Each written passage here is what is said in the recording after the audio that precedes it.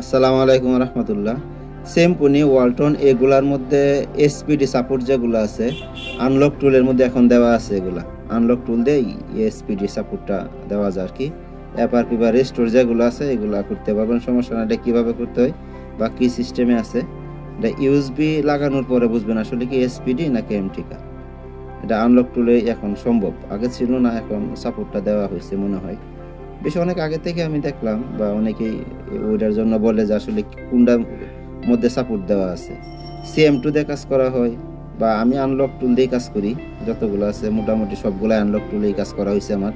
আমি আনলক টুল দিয়ে ওইটা সিম্পলটা করবো, প্লাস ওয়ালটনগুলো করছি, এসপিডি বা এমটিকা যেগুলো আছে। এখন আপনি দেখেন আমার হাতে যে ফোনটা আগে দেখছিলেন এটা E90, প্লাস এটা ওল্ড মডেল একটা ফোন, এটা নতুন না, অনেক আগের ফোন। এগুলা সাপোর্ট আগে ছিল না, বা এখন এটা আসছে কিনা বা কবে আসছে আমি নিজেও জানি না, কিন্তু এখন এই সিস্টেমে আমি এগুলা কাজ করি। ওল্ড মডেলের ফোনগুলো আনলক টুল দিয়েই হয়। আসলে এই কাজটা কিভাবে হয় বা আমি কিভাবে করলাম সম্পূর্ণ ভিডিওটা দেখলে বুঝতে পারবেন। আমার সঙ্গে থাকুন এবং সম্পূর্ণ ভিডিওটা দেখুন।